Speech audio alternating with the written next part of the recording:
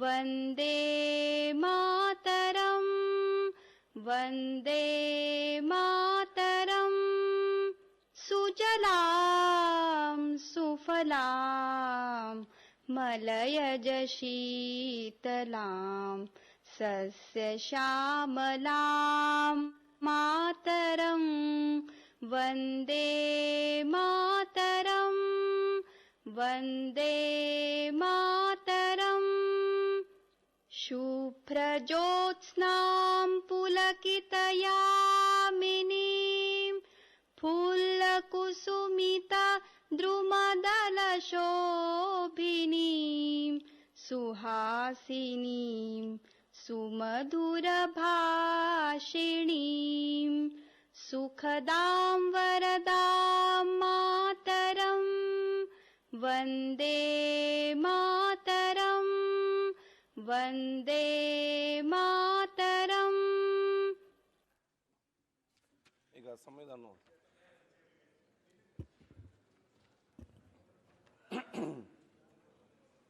ಸಂವಿಧಾನ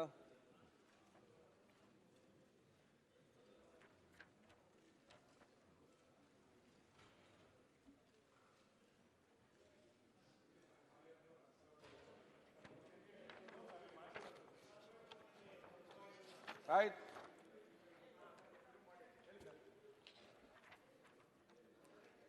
ಭಾರತದ ಜನಗಳಾದ ನಾವು ಭಾರತವನ್ನು ಸಾರ್ವಭೌಮ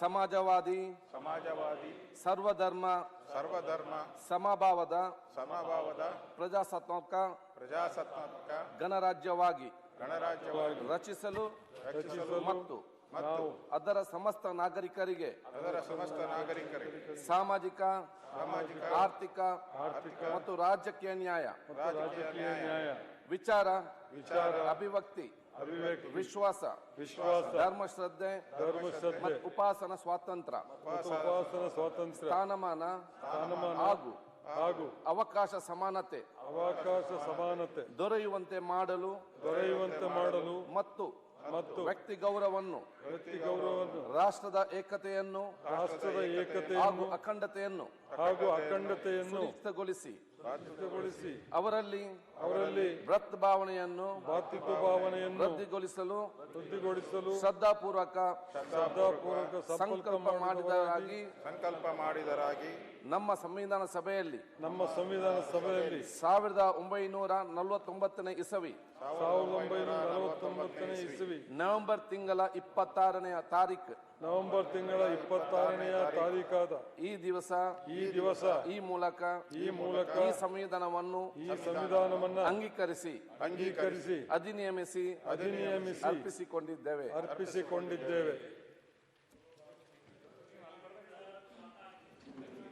ಓಕೆ,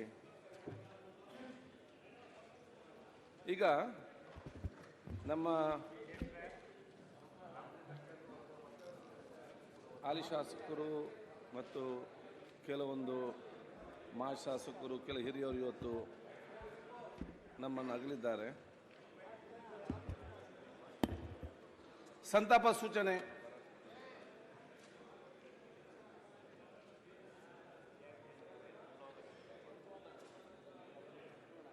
ವಿಧಾನಸಭೆಯ ಹಾಲಿ ಸದಸ್ಯರು ಮತ್ತು ಮಾಜಿ ಸಚಿವರಾದ ಶ್ರೀ ಹುಲ್ಲಪ್ಪ ಯಮನಪ್ಪ ಮೇಟಿ, ವಿಧಾನಸಭೆಯ ಮಾಜಿ ಸದಸ್ಯಗಳಾದ ಶ್ರೀ ಆರ್.ವಿ. ದೇವರಾಜ್, ಶ್ರೀ ಶಿವಶರಣಪ್ಪ ಗೌಡ ಪಾಟೀಲ್ ಹಾಗೂ ವೃಕ್ಷಮಾತೆ ಶ್ರೀಮತಿ ಸಾಲುಮರದ ತಿಮ್ಮಕ್ಕ, ಖ್ಯಾತ ಕಾದಂಬರಿಕಾರ ಶ್ರೀ ಎಸ್.ಎಲ್. ಭೈರಪ್ಪ ಹಾಗೂ ಕನ್ನಡ ಚಿತ್ರರಂಗದ ಖ್ಯಾತ ಹಾಸ್ಯ ನಟ ಶ್ರೀ ಎಂ.ಎಸ್. ಉಮೇಶ್ ಅವರುಗಳು ಮೃತಪಟ್ಟಿರುವುದನ್ನು ಈ ಸದನಕ್ಕೆ ಅತ್ಯಂತ ವಿಷಾದದಿಂದ ತಿಳಿಯಬಯಸುತ್ತೇನೆ.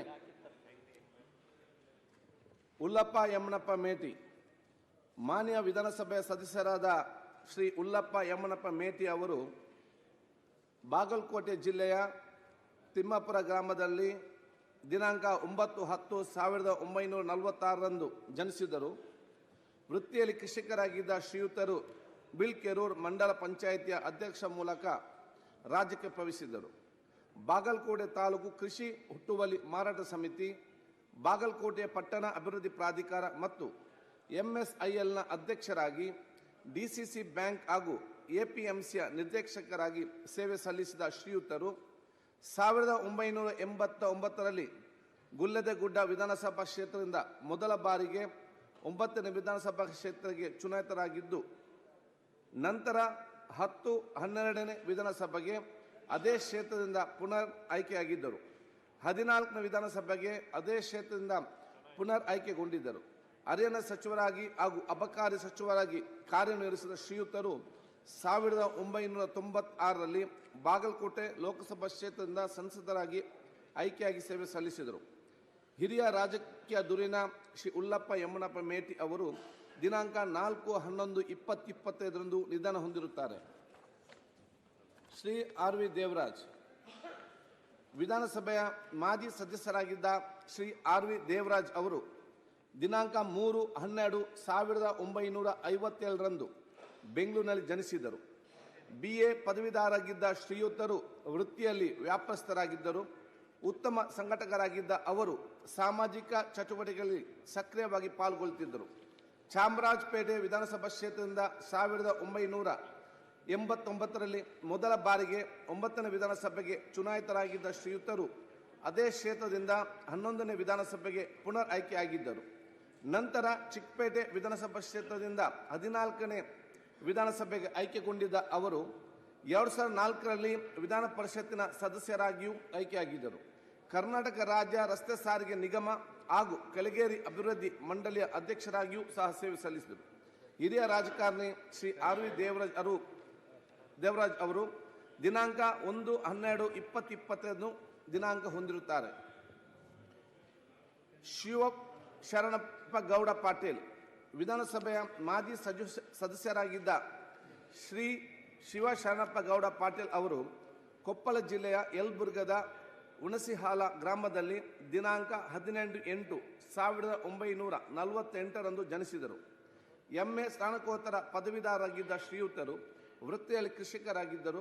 ವಿವಿಧ ಸಂಘ ಸಂಸ್ಥೆಗಳ ಕಾರ್ಯಚಟುವಟಿಕೆಗಳಲ್ಲಿ ಸಕ್ರಿಯವಾಗಿ ಪಾಲ್ಗೊಳ್ಳುತ್ತಿದ್ದ ಅವರು ತಾಲೂಕು ಬೋರ್ಡ್ ಅಧ್ಯಕ್ಷರಾಗಿ, ತುಂಗಭದ್ರಾ ಅಣೆಕಟ್ಟು ಮಂಡಳಿ ಹಾಗೂ ಹಟ್ಟಿ ಚಿನ್ನದ ಗಣಿ ಅಧ್ಯಕ್ಷರಾಗಿಯೂ ಸೇವೆ ಸಲ್ಲಿಸಿದರು. 1999ರಲ್ಲಿ ಯಲಬುರ್ಗಾ ವಿಧಾನಸಭಾ ಕ್ಷೇತ್ರದಿಂದ 11ನೇ ವಿಧಾನಸಭೆಗೆ ಚುನಾಯಿತರಾಗಿದ್ದರು. ರೈತರ ಸಮಸ್ಯೆಗಳ ಧ್ವನಿಯಾಗಿದ್ದ ಶಿವಶರಣಪ್ಪ ಗೌಡ ಪಾಟೀಲ್ ಅವರು ದಿನಾಂಕ 26/11/2025ರಂದು ನಿಧನ ಹೊಂದಿರುತ್ತಾರೆ. ಶ್ರೀಮತಿ ಸಾಲುಮರದ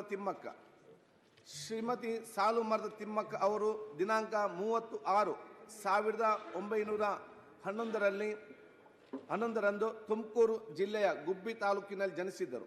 ತಮಗೆ ಮಕ್ಕಳಿಲ್ಲದ ದುಃಖವನ್ನು ಮರೆಯಲು ರಸ್ತೆ ಬದಿಯಲ್ಲಿ ಆಲದ ಮರಗಳನ್ನು ತಮ್ಮ ಅತ್ಯಮೂಲ್ಯ ಆದಾಯವನ್ನೇ ಬಳಸಿ ನಡೆಸಲಾರಂಭಿಸಿದರು. ಸಸಿಗಳಿಗೆ ನೀರುಣಿಸಲು ಬಿಂದಿಗೆ ಕೊಳಗಳಲ್ಲಿ ನೀರನ್ನು 4 ಕಿಲೋಮೀಟರ್ ದೂರದಿಂದ ತರುತ್ತಿದ್ದರು. ಕುಂದೂರು ಹುಲಿಕಲ್ ನಡುವಿನ 4 ಕಿಲೋಮೀಟರ್ ಉದ್ದದ ಹೆದ್ದಾರಿಯಲ್ಲಿ ಮರಗಳನ್ನು ನೆಟ್ಟು ಮಕ್ಕಳಂತೆ ಸಾಕಿ ಪೋಷಣೆ ಮಾಡಿದ್ದರು. ಸುಮಾರು 4,000ಕ್ಕೂ ಹೆಚ್ಚು ಮರಗಳನ್ನು ಬೆಳೆಸುವ ಮೂಲಕ ಸಾಲುಮರದ ತಿಮ್ಮಕ್ಕ ಎಂದೇ ಹೆಸರುವಾಸಿಯಾಗಿ, ಅವರು ಬೆಳೆಸಿದ ಮರಗಳನ್ನು ದಶಕಗಳಷ್ಟು ಹಳೆಯದಾಗಿದ್ದು ಅವುಗಳು ಪರಿಸರಕ್ಕೆ ಮತ್ತು ಜೀವ ವೈವಿಧ್ಯಕ್ಕೆ ಅಪಾರ ಕೊಡುಗೆ ನೀಡಿದೆ. ಅನಕ್ಷರತೆಯಾಗಿದ್ದರೂ ಪರಿಸರದ ಸಂರಕ್ಷಣೆಯಲ್ಲಿ ಮಹತ್ವದ ಕಾರ್ಯ ಕೈಗೊಂಡಿದ್ದ ಅವರು ರಾಷ್ಟ್ರೀಯ ಪೌರ ಪ್ರಶಸ್ತಿ, ಇಂದಿರಾ ಪ್ರಿಯದರ್ಶಿನಿ ವೃಕ್ಷ ಮಿತ್ರ ಪ್ರಶಸ್ತಿ, ವೀರಚಕ್ರ ಪ್ರಶಸ್ತಿ, ಕರ್ನಾಟಕ ಕಲ್ಪವಲ್ಲಿ ಪ್ರಶಸ್ತಿ, ರಾಜ್ಯೋತ್ಸವ ಪ್ರಶಸ್ತಿ, ನಾಡೋಜ ಪ್ರಶಸ್ತಿ, ಪದ್ಮಶ್ರೀ ಪ್ರಶಸ್ತಿ ಸೇರಿದಂತೆ ಹಲವಾರು ಪ್ರಶಸ್ತಿಗಳಿಗೆ ಭಾಜನರಾಗಿದ್ದರು. ಪರಿಸರದ ಬಗೆಗಿನ ಇವರ ಅತೀವ ಕಾಳಜಿಯನ್ನು ಪರಿಗಣಿಸಿದ ರಾಜ್ಯ ಸರ್ಕಾರವು ಇವರಿಗೆ ಸಂಪುಟ ದರ್ಜೆ ಸ್ಥಾನಮಾನ ನೀಡಿ ಪರಿಸರ ರಾಯಭಾರಿಯಾಗಿ ನೇಮಿಸಿತು. ಶತಾಯುಷಿ ಪರಿಸರ ಪ್ರೇಮಿ ಶ್ರೀಮತಿ ಸಾಲುಮರದ ತಿಮ್ಮಕ್ಕ ಅವರು ದಿನಾಂಕ 14/11/2020ರಂದು ನಿಧನ ಹೊಂದಿರುತ್ತಾರೆ. ಶ್ರೀ SL ಭೈರಪ್ಪ ಖ್ಯಾತ ಕಾದಂಬರಿಕಾರರಾದ ಶ್ರೀ SL ಭೈರಪ್ಪರವರು ದಿನಾಂಕ 28/1931ರಂದು ಹಾಸನ ಜಿಲ್ಲೆಯ ಚನ್ನರಾಯಪಟ್ಟಣ ತಾಲೂಕಿನ ಸಂತೇಶ್ವರಹಳ್ಳಿಯಲ್ಲಿ ಜನಿಸಿದರು. MA ತತ್ವಶಾಸ್ತ್ರ ಸ್ನಾತಕೋತ್ತರ ಪದವೀಧರರಾಗಿದ್ದ ಶ್ರೀಯುತರು ಮೈಸೂರು ವಿಶ್ವವಿದ್ಯಾಲಯದಿಂದ ಚಿನ್ನದ ಪದಕವನ್ನು ಪಡೆದಿದ್ದು, ಸತ್ಯ ಮತ್ತು ಸೌಂದರ್ಯ ಎಂಬ ಪ್ರಬಂಧಕ್ಕೆ ಬರೋಡದ ಮಹಾರಾಜ ಸತ್ಯಜಿರಾವ್ ವಿಶ್ವವಿದ್ಯಾಲಯದಿಂದ PhD ಪದವಿಯನ್ನು ಪಡೆದಿದ್ದ ಅವರು ಹುಬ್ಬಳ್ಳಿಯ ಶ್ರೀ ಕಾಡಸಿದ್ದೇಶ್ವರ ಕಾಲೇಜ್, ಗುಜರಾತ್ನ ಸರ್ದಾರ್ ಪಟೇಲ್ ವಿಶ್ವವಿದ್ಯಾಲಯ, ದೆಹಲಿಯ NCERT ಮತ್ತು ಮೈಸೂರಿನ ಪ್ರಾದೇಶಿಕ ಶಿಕ್ಷಣ ಕಾಲೇಜಿನಲ್ಲಿ ತರ್ಕ ಮತ್ತು ಮನೋವಿಜ್ಞಾನದ ಉಪನ್ಯಾಸಕರಾಗಿ ಸೇವೆ ಸಲ್ಲಿಸಿದರು. ಆಧುನಿಕ ಭಾರತದ ಜನಪ್ರಿಯ ಕಾದಂಬರಿಕಾರರಲ್ಲಿ ಒಬ್ಬರಾಗಿದ್ದ ಶ್ರೀಯುತರು ಸಮಗ್ರ ಅಧ್ಯಯನ ಮಾಡಿ ವಿಮರ್ಶಿಸಿ ತಮ್ಮದೇ ವಿಶಿಷ್ಟ ದಾಟಿಯಲ್ಲಿ ಕಾದಂಬರಿಗಳನ್ನು ರಚಿಸುತ್ತಿದ್ದರು. ಸಾಹಿತ್ಯದ ಹಲವು ಪ್ರಕಾರಗಳಲ್ಲಿ ಕೃಷಿ ಮಾಡಿದ್ದು, ಭೀಮಕಾಯ ಸೇರಿದಂತೆ ಒಟ್ಟು 25 ಕಾದಂಬರಿಗಳು ಒಳಗೊಂಡಂತೆ 30ಕ್ಕೂ ಹೆಚ್ಚು ಕೃತಿಗಳನ್ನು ರಚಿಸಿದ್ದಾರೆ. ಅವರು ರಚಿಸಿದ ವಂಶವೃಕ್ಷ, ತಬ್ಬಲಿಯು ನೀನಾದೆ ಮಗನೇ, ಮತದಾನ, ಯಾನ, ಉತ್ತರಾಖಂಡ ಮತ್ತು ನಾಯಿ ನೆರಳು ಕಾದಂಬರಿಗಳು ಚಲನಚಿತ್ರಗಳಾಗಿ ನಿರ್ಮಾಣಗೊಂಡಿವೆ. ಅವರ ಎಲ್ಲ ಕಾದಂಬರಿಗಳಲ್ಲಿ ಅತ್ಯಂತ ವಿಮರ್ಶಾತ್ಮಕವಾಗಿ ಮೆಚ್ಚುಗೆ ವ್ಯಕ್ತಪಡಿದ ಪರ್ವ ಕಾದಂಬರಿಯು ಮಹಾಭಾರತದ ಮಹಾಕಾವ್ಯದಲ್ಲಿನ ಸಾಮಾಜಿಕ ರಚನೆ, ಮೌಲ್ಯಗಳು ಮತ್ತು ಮರಣವನ್ನು ಬಹಳ ಪರಿಣಾಮಕಾರಿ ನಿರೂಪಿಸುತ್ತದೆ. ಅವು ರಚಿಸಿದ ಅವರನ ಕಾದಂಬರಿ ಪ್ರಕಟವಾದ 5 ತಿಂಗಳೊಳಗೆ 10 ಬಾರಿ ಮರುಮುದ್ರಣಗೊಂಡು ಭಾರತೀಯ ಸಾಹಿತ್ಯ ವಲಯಗಳಲ್ಲಿ ದಾಖಲೆಯನ್ನು ಸೃಷ್ಟಿಸಿತು. ಅವರು ಅನೇಕ ಕಾದಂಬರಿಗಳು ಇಂಗ್ಲಿಷ್ ಭಾಷೆ ಸೇರಿದಂತೆ ಭಾರತದ ಹಲವು ಭಾಷೆಗಳಿಗೆ ಅನುವಾದಗೊಂಡಿದೆ. 1999ರಲ್ಲಿ ಕನಕಪುರದಲ್ಲಿ ನಡೆದ ಕನ್ನಡ ಸಾಹಿತ್ಯ ಸಮ್ಮೇಳನದ ಅಧ್ಯಕ್ಷತೆ ವಹಿಸಿದ ಶ್ರೀಯುತರು ಗುಲ್ಬರ್ಗಾ ವಿಶ್ವವಿದ್ಯಾಲಯದಿಂದ ಗೌರವ ಡಾಕ್ಟರೇಟ್ ಪಡೆದಿದ್ದರು. ಪದ್ಮಶ್ರೀ, ಪದ್ಮಭೂಷಣ, ಸರಸ್ವತಿ ಸಮ್ಮಾನ್, ಕರ್ನಾಟಕ ಸಾಹಿತ್ಯ ಅಕಾಡೆಮಿ ಪ್ರಶಸ್ತಿ, ಕೇಂದ್ರ ಸಾಹಿತ್ಯ ಅಕಾಡೆಮಿ ಪ್ರಶಸ್ತಿ, ಪಂಪ ಪ್ರಶಸ್ತಿ, NTR ರಾಷ್ಟ್ರ ಪ್ರಶಸ್ತಿ, ಡಾಕ್ಟರ್ ಬೆಟ್ಟಗಿರಿ ಕೃಷ್ಣ ಶರ್ಮಾ ಪ್ರಶಸ್ತಿ ಸೇರಿದಂತೆ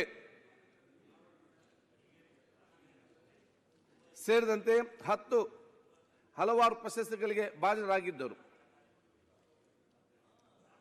ಅತ್ಯಂತ ಸರಳ ವ್ಯಕ್ತಿತ್ವರಾಗಿದ್ದ ಶ್ರೀಯುತರು ತಮಗೆ ಸಂದ ಪ್ರಶಸ್ತಿಗಳ ಮೌಲ್ಯವನ್ನು ಬಡ ಜನರಿಗೆ ಹಾಗೂ ಸಮಾಜಕ್ಕೆ ಕೊಡುಗೆಯಾಗಿ ನೀಡುತ್ತಿದ್ದರು.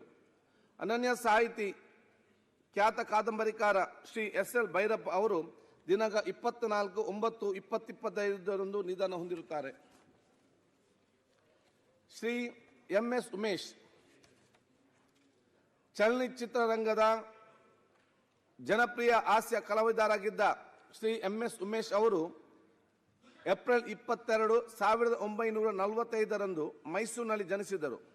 ಕೆ. ಹಿರಣ್ಣಯ್ಯ ಅವರ ಮಿತ್ರ ಮಂಡಳಿಯಲ್ಲಿ ಬಸವೇಶ್ವರ ನಾಟಕದಲ್ಲಿನ ಬಿಜ್ಜಲನ ಮಗನ ಪಾತ್ರದಲ್ಲಿ ಅಭಿನಯಿಸುವ ಮೂಲಕ ತಮ್ಮ 4ನೇ ವರ್ಷದಲ್ಲಿ ರಂಗಭೂಮಿ ಪ್ರವೇಶಿಸಿದ ಶ್ರೀಯುತರು ನಟನೆ ಜೊತೆಗೆ ಪಿಯಾನೋ ವಾದಕರಾಗಿ, ಕುಂಚ ಕಲಾವಿದರಾಗಿ ಮತ್ತು ಹಾರ್ಮೋನಿಯಂ ವಾದಕರಾಗಿಯೂ ಖ್ಯಾತ ಗಳಿಸಿದರು. ಗುಬ್ಬಿ ವೀರನ ಕಂಪನಿಯಲ್ಲಿ ಪಳಗಿದ ಶ್ರೀಯುತರು ಹಲವಾರು ನಾಟಕಗಳಲ್ಲಿ ಬಾಲನಟನಾಗಿ ಅಭಿನಯಿಸಿದರು. 1959ರಲ್ಲಿ ಮಕ್ಕಳ ರಾಜ್ಯ ಚಲನಚಿತ್ರದಲ್ಲಿ ಅಭಿನಯಿಸುವ ಮೂಲಕ ಚಿತ್ರರಂಗ ಪ್ರವೇಶಿಸಿದ ಶ್ರೀಯುತರು ನಂತರ ಕಥಾ ಸಂಗಮ, ತಪ್ಪಿದ ತಾಳ, ಅನುಪಮ, ಕಾಮನ ಬಿಲ್ಲು, ಶ್ರುತಿ ಸೇರಿದಾಗ ಗಜಪತಿ ಗೌರವಭಂಗ, ಗೋಲ್ಮಾಲ್ ರಾಧಾಕೃಷ್ಣ, ಗುರು ಶಿಷ್ಯರು, ಡೇರ್ ಡೆವಿಲ್ ಮುಸ್ತಫಾ ಸೇರಿದಂತೆ ಸುಮಾರು 700ಕ್ಕೂ ಹೆಚ್ಚು ಚಿತ್ರಗಳಲ್ಲಿ ಅಭಿನಯಿಸಿದರು.